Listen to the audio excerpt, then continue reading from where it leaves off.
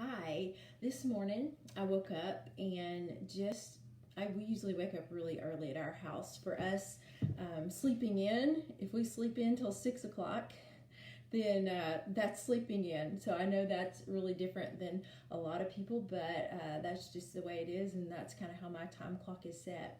So I woke up really early this morning and just was thinking about gratefulness and some of the things that I'm grateful for. Truly, I was thinking about my parents quite a bit. Both my mom and dad have August birthdays, and so this is August the 1st, and so I was thinking about that, and also thinking about my father, who he's going to be having bypass surgery August 25th, so thinking about that, but also just thinking about how grateful I am for the parents that I was blessed with, because they truly have been a blessing to me just throughout my life. Some of the things that I thought about that I'm so grateful for, I grew up in a place called Crow Valley up in North Georgia, very close to Chattanooga, Tennessee. And in Crow Valley, I just have to tell you, it's probably one of the most beautiful places you can imagine. It was in a valley, and yeah, there were lots of crows there, not only the birds, but also there was even a family, the crows. I don't know if they have any connection to the name or not, but hi Wendy. Wendy grew up close by there too. In fact, we rode the bus together to school every day. But it was just such a beautiful place, and we had some acreage out there, and so my dad had cows. We had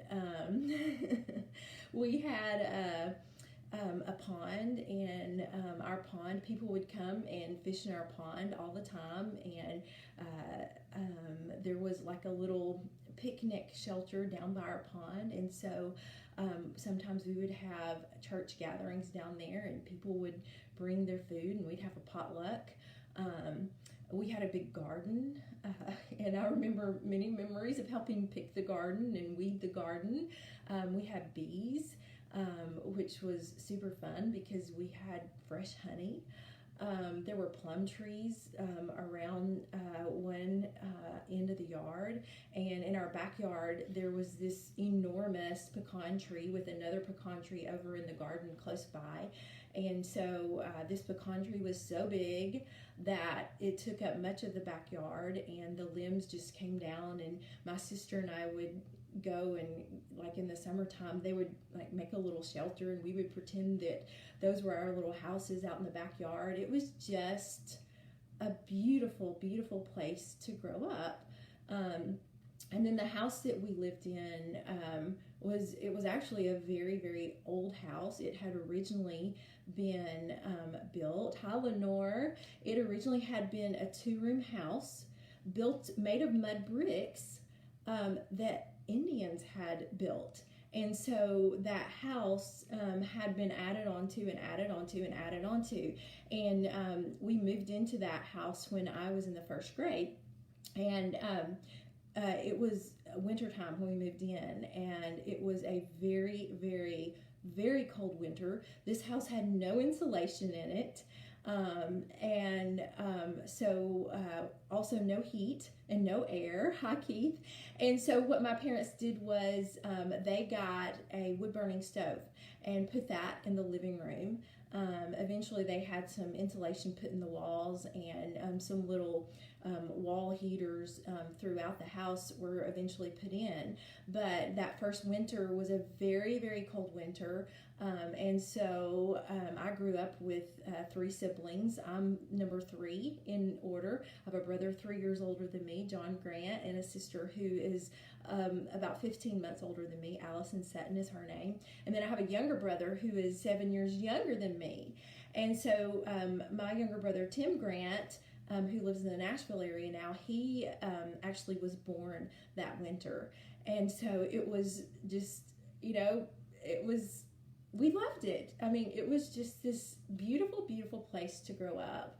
And so some of the other memories I have of that is going out and picking blackberries, because there were blackberries growing all over the property out there.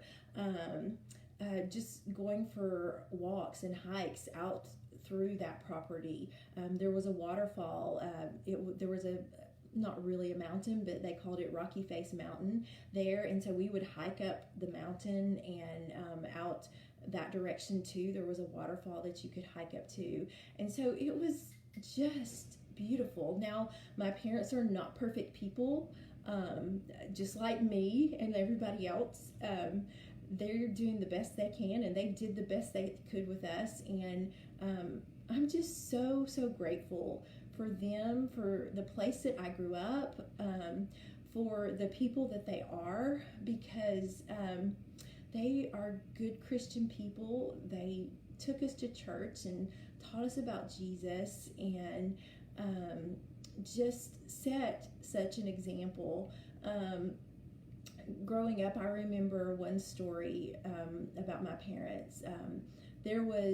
Our church was looking for a new preacher, and there was a fella, I don't remember his name, and he came and interviewed for the job, and the church was getting ready to hire him, and I think maybe had even offered him the job, and then something came out about his past, and they decided not to hire him. And I don't know why or what or all the details, but my parents some way somehow had really connected with this man. I think he was a really good man.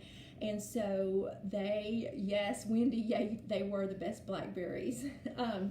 And so this man, he ended up getting a preaching job at another church. I don't know where. Hi, David. And but like I said, my parents have really connected with him.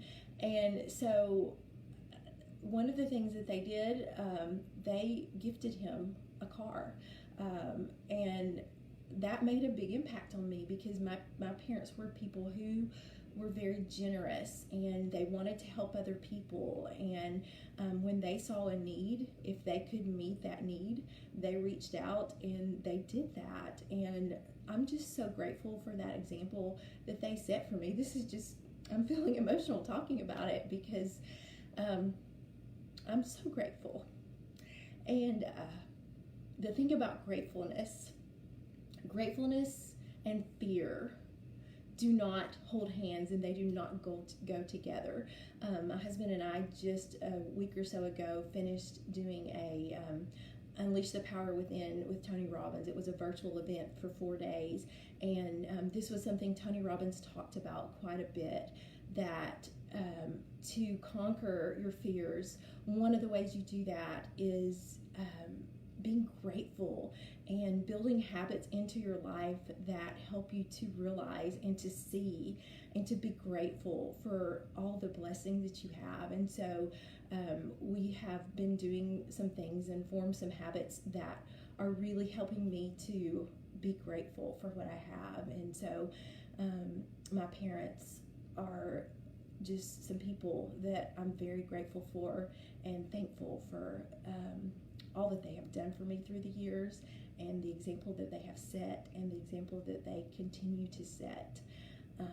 And if you know them, Larry and Flory Grant, they are people who want to help other people. And I think that that's one of the big reasons that God put us here on this earth, is to help each other and to hold each other up and to encourage each other.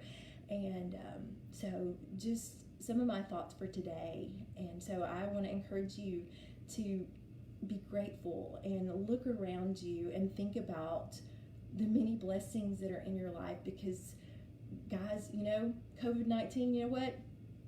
If you're going to focus on that, where your focus goes, the energy flows, right? And so don't focus on that. Focus on what you're grateful for, because even in the midst of all this craziness, we have so much to be grateful for. And so I'm going to continue to put my energy into that and focus my energy there, and to be grateful for the many, many blessings that I have.